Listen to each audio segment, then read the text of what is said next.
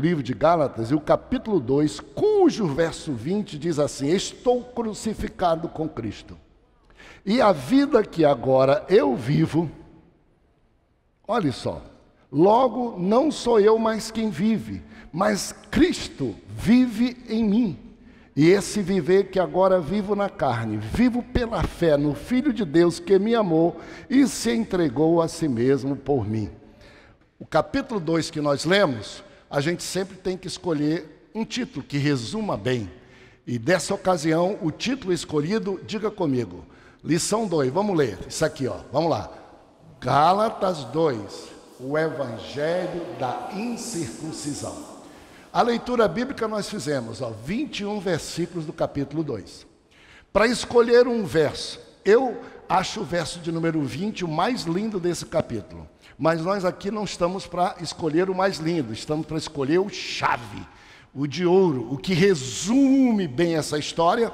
Foi escolhido então o verso de número 9. Vamos ler juntos, vamos lá. E conheça.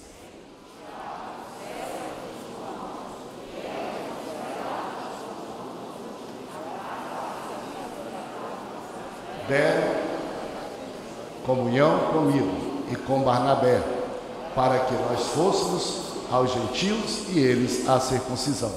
Porque a temática aqui é o evangelho pregado aos judeus, aos da circuncisão, e a pregação do evangelho para os gentios, os que não eram judeus e que não adotavam a lei de Moisés. Ao final, nós vamos ter uma conclusão boa, vamos ler juntos a conclusão, vamos lá. Uma vez edificamos com a morte de Cristo,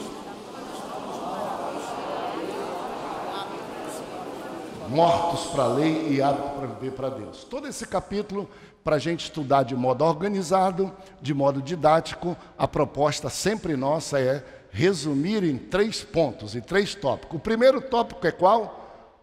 Defesa do Evangelho em Jerusalém. Olha só, verso 1 ao 6. O segundo tópico é qual?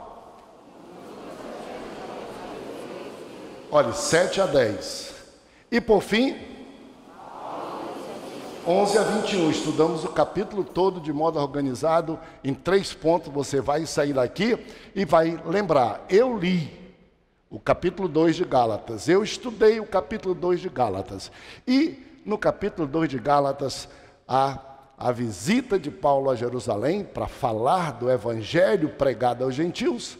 No capítulo 2 de Paulo, o evangelho não são 2, nem 3, nem 4, é um evangelho só, que é pregado de uma forma para cada etnia, para cada povo, para cada instância, de modo que eles entendam. Então, um único evangelho para judeus e para gentios, também chamado de grego. E por fim, a história de Paulo e Pedro, que tiveram um diálogo um pouco acalorado acerca de como deveriam se portar. Eles que eram judeus, mas que tinham o dever de pregar o evangelho para os gentios. Como é que eles poderiam, nessa saia justa, os judeus dizendo assim: vocês não podem pregar esse evangelho como vocês estão, porque estão desrespeitando a Moisés. Não pode. Vocês têm que ser judeus, e vocês têm que pregar para os gentios, para que eles sejam judeus também, com a gente. Depois, eles podem ser cristãos. Mas se não começar pelo caminho que nós já somos, eles não têm acesso a isso. Então, quando eles pregavam em cidades não judias, em lugares para não judeus, eles eram perseguidos de graça por 2 grupos.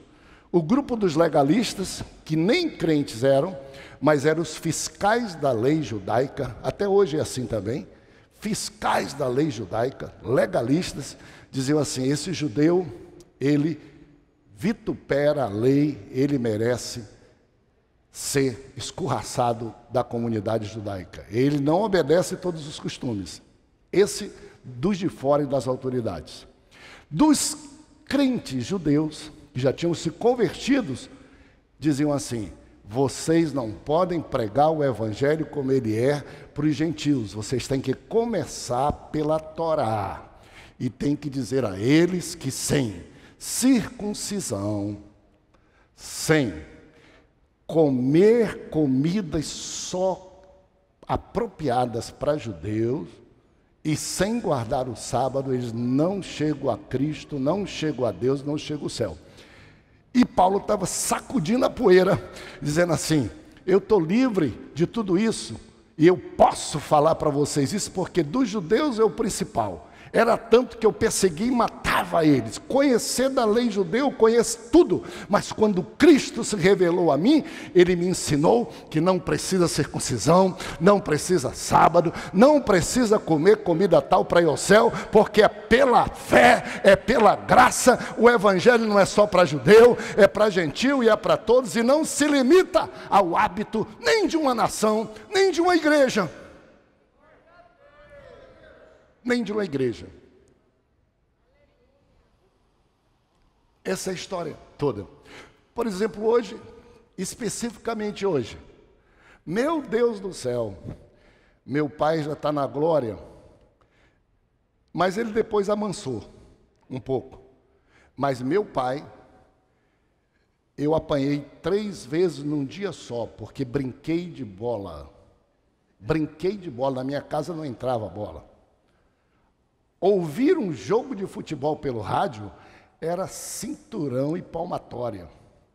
Minha querida mãe, abençoada, representava a graça, meu pai a lei, o nome dele era Severo. Meu pai, onde chegava, minha mãe pegava, me dava um rádiozinho, me colocava embaixo da mesa e colocava 3 toalhas grossas para eu ficar ouvindo um joguinho de futebol. Brasileiro não fica sem. Duvido que tem um brasileiro que não tenha pegado uma bola, dado um chute na bola. Academia é coisa para rico e é coisa para agora. Brasileiro mesmo é no meio da rua, arrancando unha, chutando bola para cá, para acolá, e essa é a nossa física. Meu pai não está hoje. Quando eu iria dizer: olha aqui o meu irmão Itamar.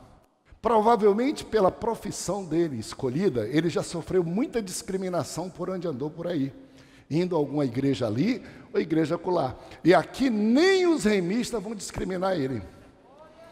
Porque aqui a gente entra e nós somos um só povo e as diferenças são tiradas de nós pelo Evangelho da graça de Cristo Jesus, o Senhor. Aleluia! Eu estou contextualizando qual era a situação que existia aí, para vocês entenderem em outra linguagem. É tão simples como, é muito interessante. Geralmente as pessoas, elas se esquecem da essência, elas se esquecem da mensagem e elas se preocupam mais com a forma. Elas se esquecem do presente e se preocupam mais com a caixa, se preocupam mais com o pacote. E confunde a essência com o pacote. Por exemplo, se eu for pregar do jeito que eu estou pregando aqui para as crianças, esse evangelho não chega lá de jeito nenhum. Para elas é outro jeito. São dizer: eu não sabia que o pastor Samuel era um macaco, um palhaço. Esse não é o meu pastor. Fique calmo. Você já foi criança, está com inveja delas. Você perdeu sua infância naquele tempo que você não tinha? Deixa a criançada e deixa o pastor ser palhaço.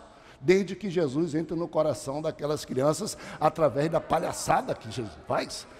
Eles são isso. A juventude está aqui. Parabéns à nossa juventude, está escrevendo a Bíblia, está lendo a Bíblia. A juventude e a adolescência. Mas olha aqui uma revista diferente. Se vocês lerem na revista dele, tem coisa que vocês não vão entender. Os títulos que eles dão é totalmente outro, é a forma. Você diz assim: isso é um desrespeito ao Evangelho. Você não foi crente quando era adolescente? Não teve essa chance? Calma um pouquinho. A essência é a mesma. A linguagem é outra. A forma é outra de dizer, mas a essência é a mesma coisa. E aí estava Paulo. Vamos lá então? Olha aqui, ó. Defesa do Evangelho de Jerusalém. Viagem revelada a Jerusalém. Quem pode ler o verso 2 para mim? Verso 2. Para a gente ser rápido. Vamos lá. Vai ser o mesmo? E, em obediência a uma revelação, líderes expus o Evangelho que pregam esses gentios, mas em particular aos que pareciam ser de maior influência, para de algum modo não correr ou ter corrido em vão. Verso 1: 14 anos depois da minha conversão, subi a Jerusalém com Barnabé, levando Tito. Subi em obediência a uma revelação, leu o pastor William, e lhe expus o evangelho que prego entre os gentios, mas em particular aos que pareciam de maior influência dos apóstolos, para que de algum modo eu não correr ou ter corrido em vão. Eu fui a Jerusalém, lá que começou, lá que iniciou, lá que estava a maioria dos apóstolos, referência de tudo. 14 anos depois, eu fui lá conversar com eles, porque desde a minha conversão, o Senhor me chamou, me mandou, eu comecei a pregar. Muita gente aceitando Jesus por onde eu passava, e agora apareceu esses falsos irmãos que vieram de Jerusalém e estão dizendo: você não é apóstolo porque você não era dos 12. E o evangelho que você prega é um evangelho de segunda classe, porque você não manda circuncidar, não manda guardar o sábado e não manda comer só comida kosher. Essa palavra guardem para vocês, kosher. O que é? Comida que é criada, comida que é morta, comida que é tratada, comida que é temperada do modo que os judeus querem que seja. Para ser meio grosseiro, porco não. Outros comidas, tá? Que eu não vou entrar aqui no detalhe. Uma restrição. O problema não é se você circuncida-se, o problema não é se você descansa no sábado ou domingo, o problema não é esse, o problema é você querer crer que isso é que te salva, que Jesus morreu em vão e que Ele não é suficiente, que tem que ser ajudado. Tem que ser Jesus e o sábado, Jesus e a comida, Jesus e a circuncisão. Sem a circuncisão, nem Jesus. Não acontece. Esse é que é o problema. As pessoas gostam de coisa que elas pagam, que elas pegam. Por isso que tem muita gente aí que não quer Jesus, porque pela fé eles acham muito doido. Eles preferem dizer: a salvação eu ganho, eu trabalho, eu tenho boas obras. O problema é que não ganha, porque por boas obras ninguém é salvo, por dinheiro ninguém é salvo, por influência ninguém é salvo, é pela fé. E se você perguntar: pastor, por que não é? Pergunte de Jesus. Sabe o que foi que Paulo disse? Disse assim: não me envergonho do evangelho de Cristo. Ótimo. Por quê? Porque é poder de Deus. Para quê? Para a salvação de todo aquele que crê. Primeiro do judeu e depois dos outros. E a gente pensa: discriminação primeiro. Não, é porque o evangelho começou lá, Jesus era judeu, foi onde nasceu. Não é uma questão de exclusividade, é uma questão de espaço temporário. E a Bíblia diz: o justo vive pela fé, porque a justiça de Deus, verso 17 de Romanos, se revela no evangelho. Justiça de Deus no evangelho. Qual é a justiça de Deus no evangelho? Aqui, um diz que é pela lei, aqui um diz que é pela circuncisão, aqui um diz que é pelas obras, aqui um diz que é pelo a importância, alguns dizem que é pela fama. Isso tudo não é justiça, porque se é pelo dinheiro, o pobre está lascado. Se é pela importância, o simples não consegue. Se é pelas obras, quem tem mais condições de obras ganharia salvação. Aí o Senhor encerrou tudo isso no pecado, e a revelação, a justiça de Deus se revela no evangelho de fé em fé. Como está escrito: o justo vive pela fé. O Senhor Jesus diz: todos pecaram, mais e menos, e carecem da glória de Deus. E a glória de Deus está disponível para todo mundo. Não influencia se tem nacionalidade americana, judeu, não tem. Como é que é? Pela fé. Pela graça sois salvo mediante a fé. Essa é a justiça. E que justiça é essa? Porque ela pode ter fé quanto eu. O índio pode ter fé quanto eu. O que nunca ouviu um pastor pregar pode ter fé quanto eu. O amor de Deus se revela no céu, na terra, na natureza. E quem tem um pouco de juízo adora a quem lhe fez, a quem é acima de si, a quem criou o universo. Ao invés de dizer: eu sou alguém criado pelo Big Bang, eu sou criado por uma ameba, eu sou alguém criado por uma evolução, para e diz assim: se eu sou perfeito, se eu penso mais do que o computador, se eu sinto mais do que qualquer coisa, se em mim eu sou um ser completo que nenhum homem faz, e não foi eu que me fiz, quem me fez? E Ele é Deus. Se eu vivo aqui, respiro ar, vejo essas mangueiras bonitas, e não foi eu que fiz, eu como essa manga toda, quem fez? Ah, ninguém fez, isso aí foi uma desordem no universo. Isso é falta de fé. A Bíblia diz o insensato no seu coração, não há Deus. E a Bíblia diz assim: tornam-se semelhante a eles, aos deuses que eles fazem, aqueles que fazem deuses assim. Então, ele foi a Jerusalém, 14 anos depois. Para quem não veio no domingo passado, vocês vão aprender muita coisa, mas deixa eu mostrar para vocês só um mapa que está na revista, tá? Está na revista, você precisa ter, coloque aí, ó. Eu disse, não vou explicar muito hoje, porque expliquei domingo já. Este mapa, ele é precioso. Porque esse mapa diz viagem de Paulo em seus primeiros anos. Olha só o que diz o capítulo 2. 14 anos depois, subi outra vez a Jerusalém. Quem está com a Bíblia aberta, olha o capítulo 1, verso 18. Decorrido 3 anos, então subi a Jerusalém. Paulo foi a Jerusalém com 3 anos de convertido a primeira vez, e depois com 14 anos. Isso não está escrito em nenhum lugar na Bíblia, é uma revelação do coração dele que está em Gálatas. Quando a gente fala de Paulo, a gente fala se converteu, e a gente fala 3 viagens de missionário e viagem para Roma. Tem muito mais, só aqui no livro de Gálatas 1 e 2, vocês conhecem essa trajetória toda de Paulo aqui, só aqui, tá? Dos primeiros anos, tá? Olha aqui, ele nasceu em Tarsus, veio para Jerusalém, de Jerusalém se tornou o homem mais famoso, a autoridade pegou carta e matava e acabava com a igreja. Ele foi para Damasco para prender, ele foi para Damasco, ele vai ler para mim, quando não faltar alguém dá para ele ler, vá? É o Jojo. Foi para Damasco, atenção, aqui chegando em Damasco ele foi salvo por Cristo Jesus. Olha só, o que é que ele fez nos 14 anos? Atenção, só aqui é dito, ele saiu de Damasco e ele foi para o deserto da Arábia. Ele ficou no deserto da Arábia quase 2, 3 anos, lendo, estudando, orando, sendo ensinado por Deus e já pregando o Evangelho no deserto. Ninguém sabia. Daqui ele voltou de novo para Damasco. E de Damasco, que ele estava aqui em Damasco, aí ele veio a Jerusalém a primeira vez. Isso está no capítulo 9 de Atos aqui, essa Jerusalém. Aqui ficaram com muita raiva dele e queriam matar. Aqui em Damasco vocês sabem, né? Ele que perseguia todo mundo, perseguiram ele, que ele teve que descer o muro dentro de um cesto para fugir. Começou a perceber.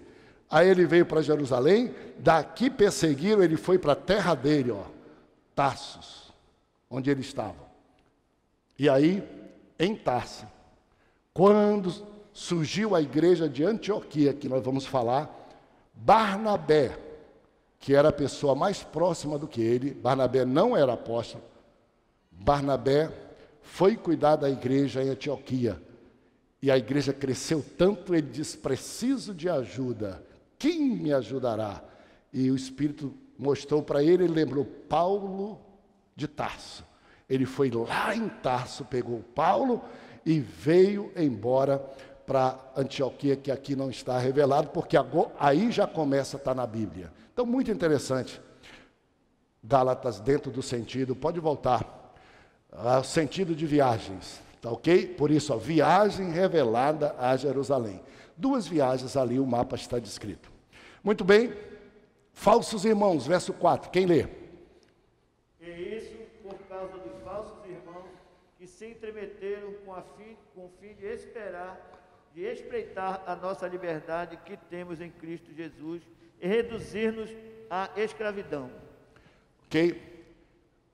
Veja o que nós estudamos no domingo passado e agora também, uma coisa.